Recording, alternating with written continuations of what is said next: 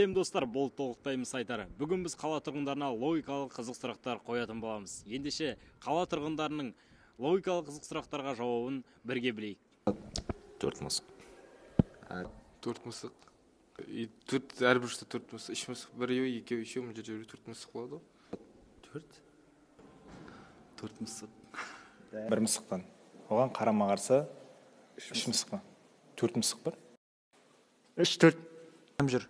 3 адам. Анау немересі деген атасының немересі, оның папасы оның атасының басысы 3 адам болады. Көшеде неше адам жүр? 6? Жоқ, типа 2 әкесі мен 3 адам. 3 адам.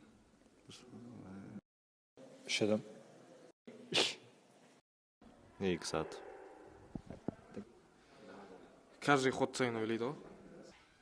2 сағат. Жақын ойын біткенге ойламайды, потому что. 2 сағат ойнайды, екеуі де бір партия ойнап отыр.